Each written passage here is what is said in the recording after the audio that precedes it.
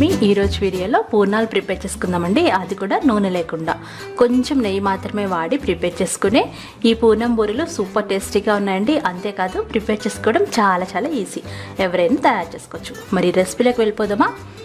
దీనికోసం నేను ఒక డబ్బాడు బియ్యం అంటే 1/2 kg బియ్యాన్ని ఒక గిన్నెలో తీసుకొని శుభ్రంగా కడిగేసి 3 నుండి 5 గంటల వరకు నానబెట్టుకోవాలి. మనం ఏ డబ్బాతో అయితే బియ్యం కొలుచుకున్నామో అదే డబ్బాతో 6 డబ్బా మినపగుళ్ళను నానబెట్టుకోవాలి. ఒకవేళ మీరు మినప బద్దలు తీసుకుంటే మాత్రం ఫుల్ డబ్బాలు తీసుకోవాలి. ఇలా విడివిడిగా 2 నానబెట్టుకోవాలి. నిండుగా నీళ్లు పోసి ఈ రెండింటిని 3 నుండి 5 గంటల వరకు నానబెట్టుకోవాలి. ఇవి నానిన తర్వాత మనం 2 డబ్బాల అంటే 1/2 kg వరకు పచ్చిశనగపప్పును కూడా శుభ్రంగా కడిగేసి నిండుగా నీళ్లు పోసి నానబెట్టుకోవాలి. ఈ పచ్చిశనగపప్పు 1 గంట నానితే సరిపోతుందండి. మనం దీన్ని ఉడికించుకుంటాం అన్నమాట.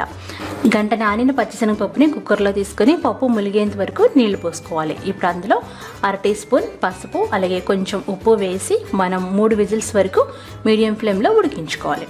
అది ఉడుకుతూ ఉంటుంది. మనం నానిన ఈ పప్పుని గ్రైండ్ చేసుకోవాలి. ముందుగా మనం మినపప్పుని మిక్సీ జార్లో వేసుకొని చాలా మెత్తగా గ్రైండ్ చేసుకోవాలి. ఆ తర్వాత మనం బియ్యాన్ని కూడా తీసుకొని బియ్యంలో ఎక్కువ వాటర్ వేయకూడదండి, కొంచెం మాత్రమే వాటర్ వేసి మనం మెత్తగా రుబ్బుకోవాలి. ఇలా మీరు గ్రైండర్లో కూడా చేసుకోవచ్చు. ఇలా విడివిడిగా నానబెట్టుకుంటే మనకి తోపు పిండి బాగా వస్తుందన్నమాట. చూసారు కదా, ఇప్పుడు ఈ 2 పిండిల్ని మనం బాగా కలుపుకోవాలి. పప్పు అలాగే బియ్య పిండి ఈ 2 బాగా కలవాలన్నమాట. ఇంక ఇందులో ఎక్స్ట్రా నీళ్లు పోయాల్సిన అవసరం లేదు. దీన్ని మనం 2 నుండి 4 గంటల వరకు ఫర్మెంటేషన్ కోసం పక్కన పెట్టుకోవాలి, లేదంటే రాత్రంతా కూడా పెట్టుకోవచ్చు. ఇప్పుడు మనం బాగా ఉడికిన ఈ పప్పుని ప్రెషర్ పోయిన తర్వాత మూత తీసి ఫిల్టర్ చేసుకోవాలి. మనకి అందులో కొంచెం వాటర్ ఉంటాయన్నమాట, వాటిని ఫిల్టర్ చేసుకోవాలి. ఇలా ఫిల్టర్ అయిన పప్పుని పక్కకు తీసుకొని ఈ వాటర్ ఉన్నాయి కదండి, వీటితో కట్టు చారు ప్రిపేర్ చేసుకుంటారనమాట. ఉగాదికి కంపల్సరీ చేసుకుంటాం కదా బొబ్బట్లు కానీ పూర్ణాలు కానీ. సో ఈ వాటర్తో కట్టు చారు ఎలా ప్రిపేర్ చేయాలో నెక్స్ట్ వీడియోలో చూపిస్తాను. ఇప్పుడు ఈ నీళ్ళని మనం ఇందాక మిగిల్చుకున్న కొంచెం పప్పులో వేసేసి పక్కన పెట్టుకోండి. ఫిల్టర్ చేసి పెట్టుకున్న శనగపప్పుని ఒక కడాయిలో తీసుకోవాలి.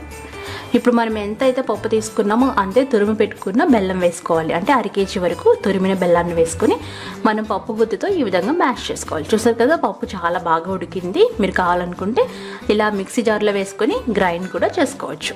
ఇలా మెత్తగా గ్రైండ్ చేసుకోవాలన్నమాట. అప్పుడు మనకి చాలా బాగా నలుగుతుంది బెల్లం అలాగే ఈ శనగపప్పు.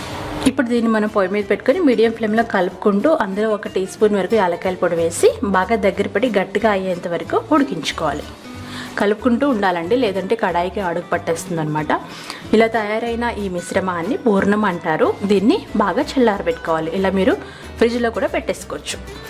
చల్లారిన ఈ మిశ్రమాన్ని చిన్న ఉండలుగా చేసుకోవాలి. మీకు ఎన్ని ఉండలు కావాలంటే అన్ని చేసుకోవచ్చు అనమాట. ఇలా మీరు ముందుగా ప్రిపేర్ చేసేసుకొని ఫ్రిడ్జ్లో పెట్టుకొని మీకు కావాల్సినప్పుడు వాడుకోవచ్చు. ఇలా అన్ని ఉండలు రెడీ చేసి పక్కన పెట్టుకోవాలి.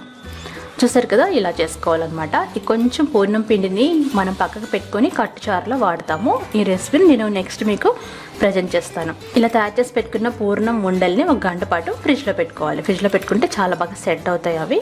ఈలోపుగా మనకి పిండి బాగా ఫర్మెంట్ అయి ఉంటుంది. చూసారు కదా, ఇక్కడ నేను 4 గంటలు ఉంచానండి. బాగా పొంగుతుంది.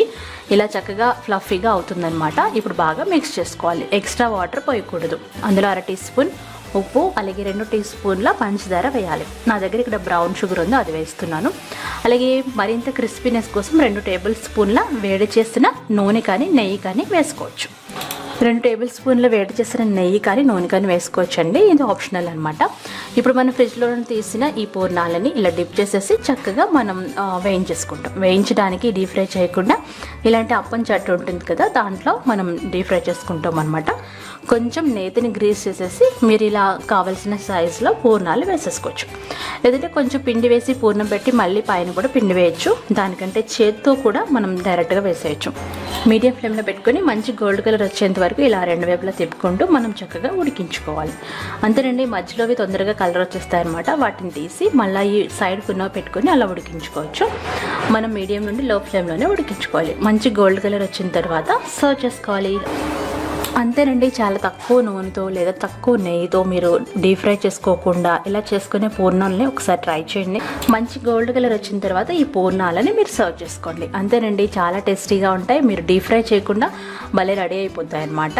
అలాగే మన పైన కోటింగ్ కూడా చాలా పల్చగా వస్తుంది, పూర్ణం బయటకు వచ్చేస్తుంది అనే టెన్షన్ కూడా ఉండదు. మంచి కలర్ వచ్చేంత వరకు లో టు మీడియం ఫ్లేమ్లోనే అటు ఇటు తిప్పుతూ చక్కగా మీరు ఇలా ఫ్రై చేసుకోవాలన్నమాట. సూపర్ టేస్టీగా ఉంటాయండి ఈ పూర్ణాలు. మీరు తప్పకుండా ట్రై చేయండి, ఎవరైనా ఈజీగా చేసుకోవచ్చు. అంతేకాకుండా చాలా సింపుల్ రెసిపీ. తప్పకుండా ట్రై చేస్తే మీకు ఎలా వచ్చిందో కామెంట్ చేయండి.